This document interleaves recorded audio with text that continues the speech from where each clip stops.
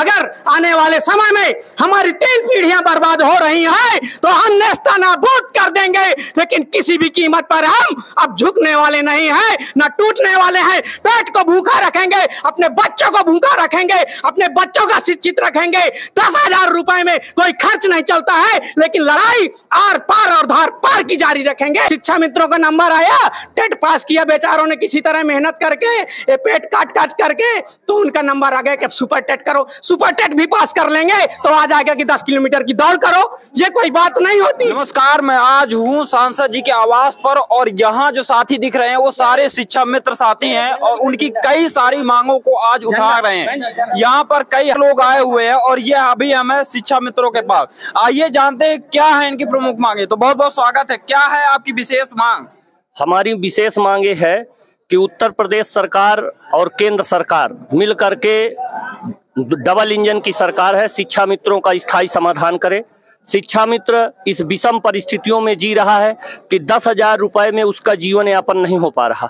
आज उसके सामने परिस्थितियां हैं कि लड़की की शादी करना है, बच्चों का पठन पाठन है, बूढ़े माँ बाप की सेवा है। ऐसी विषम परिस्थितियों में और इस महंगाई की चरम सीमा पर 10,000 में शिक्षा मित्र का गुजारा नहीं हो रहा, तो सरकार स्थायी समाधान करके शिक्षक मित्रों को पूर्ण शिक्षक का दर्जा दे। क्योंकि जो कार्य शिक्षक करते हैं, जितने समय से जितने समय तक विद्यालय पर रहते हैं, उतना ही कार्य उत्तर प्रदेश का शिक्षा मित्र करता है। वो भी शिक्षक के ही समय से शिक्षक के समय तक रहता है। चाहे पल्स पोलियो का कार्य हो, चाहे चुनाव का कार्य हो, चाहे जनगणना का कार्य हो, चाहे मतगणना का कार्य हो, इतना ही नहीं, चाहे बच्चों के अभिभावक संपर्क का कार्य हो, चाहे नामांकन का कार्य हो, हर कार्य को शिक्षा मित्र उत्तर प्रदेश सरकार के आदेश का पालन करते हुए बखूबी से निभा रहा है। तो आखिर इतना कम मानदेय आखिर उत्तर प्रदेश में क्यों दिया जा रहा है? अच्छा, भाजपा सरकार तो हमेशा कहती चली आ रही है कि समान वेतन, समान अधिकार, समान कार्य की बात करती चली आ रही है, तो इस पर आपको क्या कहना चाहेंगे? भाजपा सरकार हमेशा कहती है समान वेतन, समान अधिकार।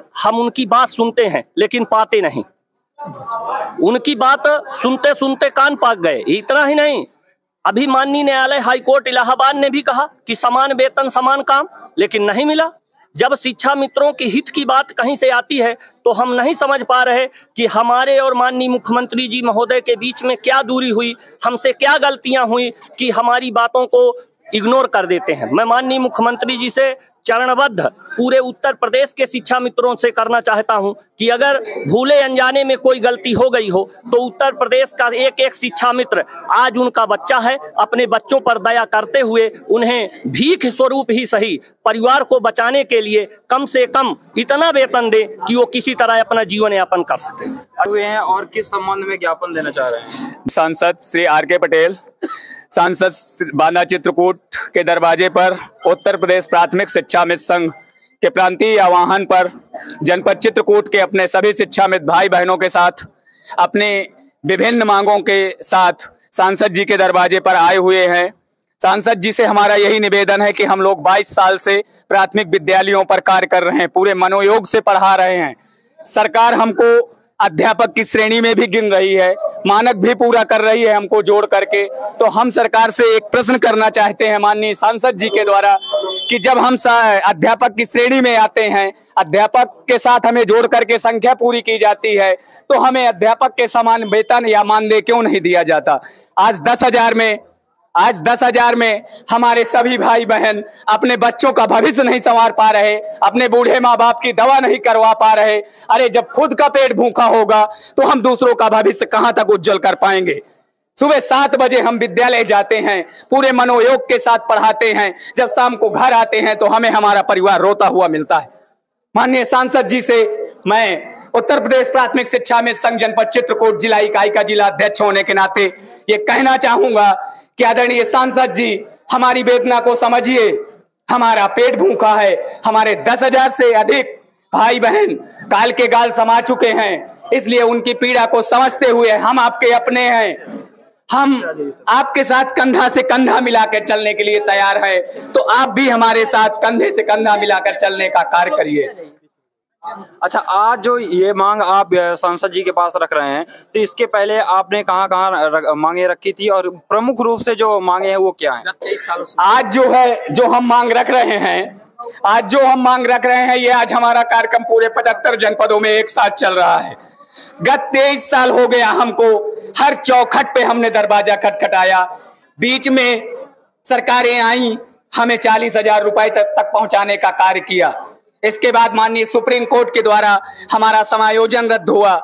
इसके बाद से लेकर के 17 से लेकर के आज तक मात्र 10,000 रुपए में हम शिक्षण कार्य करने को मजबूर हैं। उसके बाद हमारा 1 रुपए मानदेय आज तक नहीं बढ़ा। अच्छा, जो योगी सरकार अभी कह रही है कि शिक्षा मित्रों का जो हमने भला किया है वो हमारी सरकार ने किया, तो उसके बारे में आप क्या कहना चाहेंगे? मैं पूछना चाहता हूं योगी महाराज, आप लोकप्रिय मुख्यमंत्री हो महाराज, हम आपके साथ हैं, लेकिन आप एक बार सर्वे कर लीजिए कि क्या आज की महंगाई में 10,000 रुपए में किसी का परिवार चल सकता है? अगर चल सकता है तो बेशक हम 10,000 में पढ़ाने के लिए तैयार हैं। अच्छा, सबसे पहले जो वेतन बढ़ाने की मांग आ रही है, जैसे कि आप लोग मांग कर रहे हैं कि वेतन बढ़ाया जाए, तो सरकार का कहना यह है कि जैसे कि सपा हमेशा मुद्दा उठाती है, यहाँ के क्षेत्रीय यदि बात करें तो अनिल प्रधान ने भी वहां पर मुद्दा उठाया हुआ था शिक्षा मित्रों का, तो उन्होंने कहा कि जो सरकार हमारी सरकार ने किया वो किसी सरकार ने नहीं किया है, तो इसके बारे में आप क्या कहना चाहेंगे? बेशक योगी सरकार ने जो किया है वो किसी ने नहीं किया। योगी सरकार ने शिक्षा मित्रों का मानदेय 40,000 से घटा करके मात्र 10,000 पे ला दिया है। हमारे शिक्षा मित्र साथी इसी दुख से दुखी होकर के 10,000 साथियों ने हमारे आत्महत्या कर लिया, लेकिन सरकार के किसी भी जिम्मेदार एक पदाधिकारी ने शोक संवेदना तक व्यक्त नहीं किया है। और जो योगी सरकार ये कह रही है कि अखिलेश सरकार ने शिक्षा मित्रों को शिक्षक बनाने का काम किया था, तो बेशक हमारी ट्रेनिंग को माननीय पूर्व मुख्यमंत्री मायावती जी ने ट्रेनिंग करवाया था, अखिलेश यादव जी ने शिक्षक बनाया था। तो अगर अखिलेश यादव जी ने हमें शिक्षक बनाया था और उन्होंने कोई कमियां कर दी थी, तो हम कहते हैं कि ये गलती हमारी नहीं है, ये नियमितताओं की है, विधिवेदताओं की गलती है। अगर उस गलती को किसी सरकार ने किया है, किसी व्यक्ति ने किया है, तो सजा उसको दिया जाना चाहिए। शिक्षा मित्रों को सजा क्यों दी जा रही है? अगर अखिलेश सरकार ने 40,000 कर दिया था तो आप 50,000 कर देते सुप्रीम कोर्ट के आदेश के बाद भी, तो हम मान जाते कि हाँ, योगी सरकार ने हमारे साथ बहुत कुछ किया है। हम आज भी कहते हैं कि अगर आने वाले समय में हमारी 3 पीढ़ियां बर्बाद हो रही हैं तो हम नेस्तनाबूद कर देंगे, लेकिन किसी भी कीमत पर हम अब झुकने वाले नहीं हैं, न टूटने वाले हैं। पेट को भूखा रखेंगे, अपने बच्चों को भूखा रखेंगे, अपने बच्चों का शिक्षित रखेंगे। 10,000 रुपए में कोई खर्च नहीं चलता है, लेकिन लड़ाई आर पार और धार पार की जारी रखेंगे। अंजाम जो भी होगा देखा जाएगा। भारत माता की इंकलाब जिंदाबाद, इंकलाब जिंदाबाद, इंकलाब जिंदाबाद, इंकलाब जिंदाबाद। अच्छा, जो प्रमुख रूप से मांग है वो वेतन से संबंधित है या फिर आपको परमानेंट किया जाए, क्या आगे की रणनीति क्या होगी जी? आपको क्या यहाँ पर सांसद जी के पास अभी आप आए हुए हैं, तो क्या आपको आश्वासन मिला है या फिर अभी मुलाकात नहीं, क्या कैसे आगे की योजना? देखिए, गत 23 सालों से हम लोग संघर्ष कर रहे हैं। 23 सालों में हमें अब तक में कुछ नहीं मिला। हम उम्र के तीसरे और अंतिम पड़ाव पर हैं। 40 पार सारे शिक्षा मित्र हैं। अब आप ये बताइए, अगर सरकार हमको कहती है कि 40 साल के बाद आप टीटी पास करिए, सुपर टेट पास करिए, तो कहीं आपने सुना है कि एक दरोगा को अगर नए रंग रूट के साथ दौड़ा दिया जाए तो 1 किलोमीटर में फुस हो जाएगा, क्या वो दौड़ पाएगा? ऐसे ही अगर हमको इस बुढ़ापे में उम्र के तीसरे पड़ाव पर अगर हमसे नए लड़कों से कंपटीशन कराया जाए तो हम उसको क्वालिफाई कर पाएंगे? हमारे फिर भी साथियों ने, बहुत सारे साथियों ने क्वालिफाई किया, लेकिन जो क्वालिफाई किए घूम रहे हैं उनको भी अभी नौकरी नहीं दी जा रही। क्यों? क्योंकि जब शिक्षा मित्रों का नंबर आया, टेट पास किया बेचारों ने किसी तरह मेहनत करके, पेट काट करके, तो उनका नंबर आ गया कि अब सुपर टेट करो। सुपर टेट भी पास कर लेंगे तो आ जाएगा कि 10 किलोमीटर की दौड़ करो। ये कोई बात नहीं होती। हम लोग 23 साल से किसी भी संविदा कर्मी को देख लीजिए, किसी भी विभाग में देख लीजिए, 23 साल की नौकरी करने के बाद हर कोई परमानेंट हो जाता है। जब परमानेंट हो जाता है तो शिक्षा मित्र क्यों नहीं हो सकते? अभी एक चीज आपको और बता दूं, अभी 69,500 बीएड का मामला आया है, उससे कोई मतलब, लेकिन सरकार उसमें चुप्पी क्यों साधे हुए है? हम कहते हैं कि हमारी गलती केवल इतनी थी कि हमने टेट पास नहीं किया था, लेकिन हमारी गलती नहीं थी, वो सरकार की गलती थी। सरकार ने अगर हमको कहा होता तो हम टेट भी पास कर लेते। लेकिन जो हमारे साथी बीएड वाले भर्ती हो चुके हैं, वेतन उठा चुके हैं, सरकार ने उनको 6 महीने का विशेष प्रशिक्षण दिए बगैर वेतन दे दिया। और अब जब सुप्रीम कोर्ट ने एनसीईटी ने सबने नाकार दिया, तो वही सरकार अब कह रही कि इनको विशेष प्रशिक्षण करा दिया जाए। उनको विशेष प्रशिक्षण करा दिया जाए, हमको कुछ ना कराया जाए, हमारा पेट भूखा रहे, उनका पेट भरा रहे। हम उसी स्कूल में पढ़ाते हैं, सुबह जाते हैं, दरी बिछाते हैं, झाड़ू लगाते हैं, अपने गांव के घर के गरीब बच्चों का नाक पोंछने का काम करते हैं, लेकिन उसके बदले में हमको क्या मिलता है? वो लोग 2 मंजिला बनवाने की बात करते हैं, हम लोग झोपड़ी भी बनवाने की औकात नहीं रखते हैं।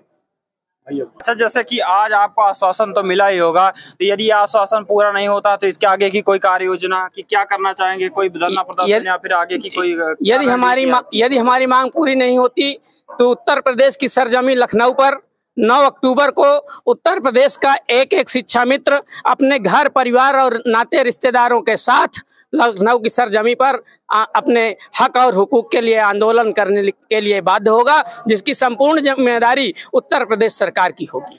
जैसा कि आप समझ सकते हैं कि यहाँ पर जो सारे शिक्षा मित्र साथी हैं वो पूरे प्रदेश भर के हुंकार है कि अगले आने वाले कुछ ही समय में पूरा ये आंदोलन विस्तार ले सकता है और जो जिम्मेदारी होगी वो सरकार की कह जा रही। तो आगे आपको क्या लगता है कि सरकार इस पर कोई विचार करेगी या फिर नहीं करेगी? सरकार को विचार करना चाहिए, क्योंकि ये किसी एक व्यक्ति का मामला नहीं है। हम लोग अगर हमारे बीवी बच्चे और माँ बाप जोड़ दिए जाएं तो हमारी संख्या लगभग 6 लाख की होती है, और 6 लाख लोगों का भविष्य उत्तर प्रदेश सरकार पर टिका हुआ है। अगर उत्तर प्रदेश सरकार की ओर हम लोग टकटकी लगाए देख रहे हैं कि हमारे बच्चों का भविष्य सुधर जाए, हमारे माँ बाप के अरमान पूरे हो जाएं, और हमारा भी बुढ़ापा जो हमारा अंतिम पायदान चल रहा है 40+ वो आराम से कट जाए। और उम्मीद है कि हमारे यशस्वी मुख्यमंत्री जी इस पर ध्यान देंगे और बहुत ही जल्द कोई न कोई सार्थक निर्णय निकालेंगे। बहुत बहुत धन्यवाद। आपने देखा कि कैसे यहाँ पर सारे शिक्षा मित्र साथी हैं जो अपने दर्द को बयां कर रहे हैं, और चाहिए सरकार को इस पर विशेष संज्ञान ले। मेरा नाम है आलोक और आप देख रहे थे आलोक एक्सप्लोर मीडिया।